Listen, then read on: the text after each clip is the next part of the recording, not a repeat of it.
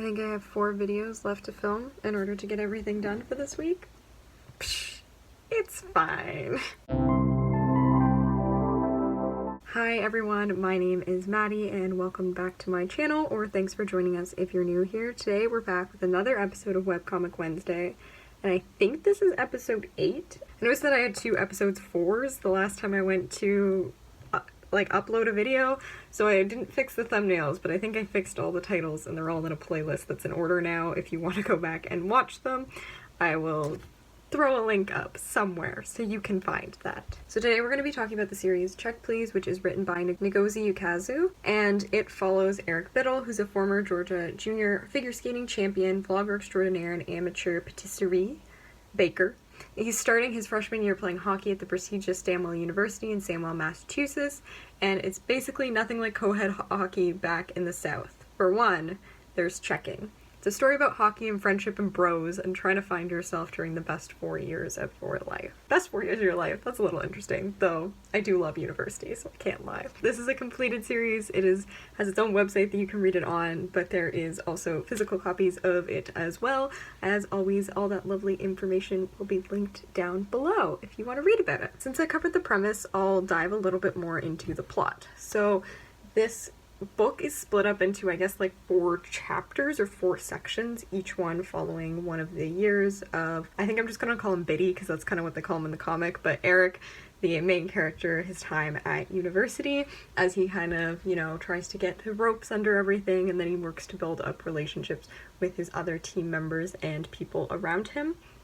One of the key points to the comic series is the fact that Biddy is gay, and that's something that he has to kind of navigate conversations around that in terms of being on a hockey team. And of course, there's a little element of romance thrown in there for you.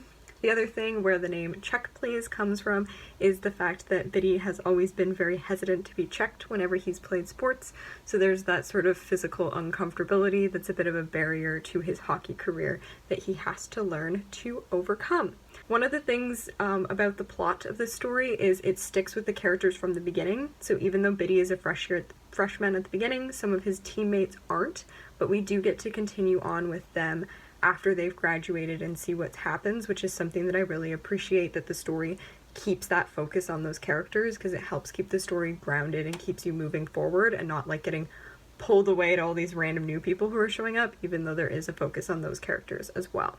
So to talk a little bit more about the characters, Biddy is very much like not what you would expect from a hockey player, because he's so tiny and he has that figure skating background, which is something that I appreciate. I like that it really plays on that a little bit.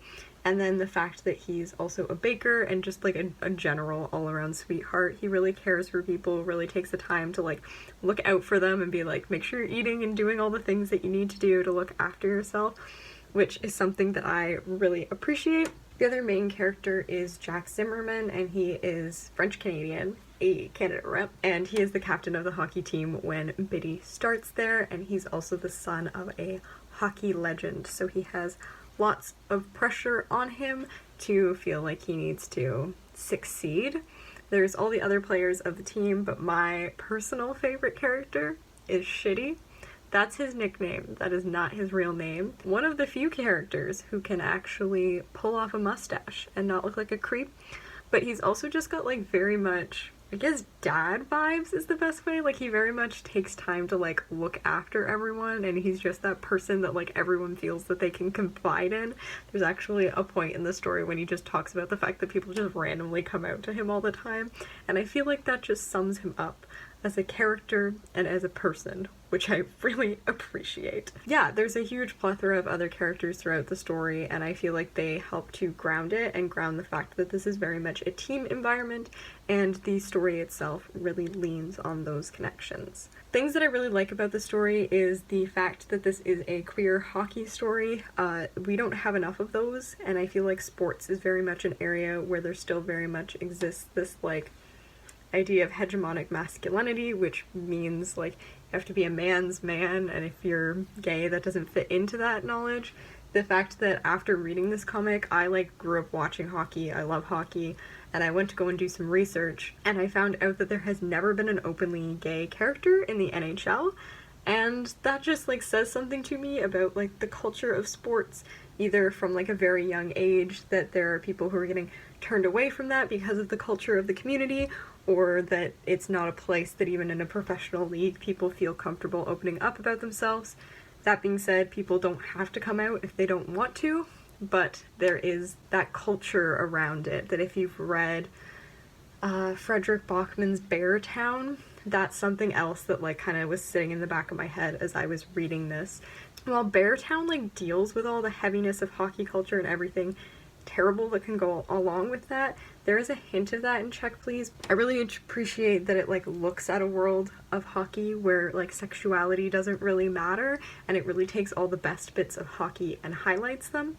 That's one of the other things that I really like, is throughout the story there's these little breaks where they'll introduce you to hockey lingo. As someone who, again, grew up loving watching hockey, having people play hockey, I actually regret that I never learned how to play hockey as a kid. It's really funny to me to hear all those words about like talking about like players' flows or like chirping each other, things like that.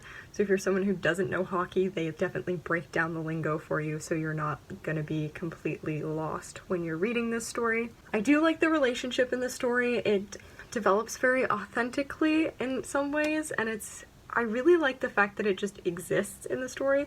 Like, obviously it is a very key part of the story, and it carries weight when it needs to carry weight or when it is a heavy part of Biddy's life, but ultimately it just is something else that's part of his experience throughout the time at university. I really appreciate that that doesn't take away from the heart of what the story is, and the fact that this is a story essentially about what it means to have a team and how having a good group of team and a good supportive people around you can change the way that you see yourself. I think that's ultimately like the huge arc of the story, is we're following Biddy, we're following what Biddy thinks of himself, and we're following the ways that the people around him are able to shape and change that idea of what he's able to do. And of course, all of that accumulates in this metaphor of like checking and him getting hit and being able to get back up again, or being willing to maybe make a hit himself and just keep going.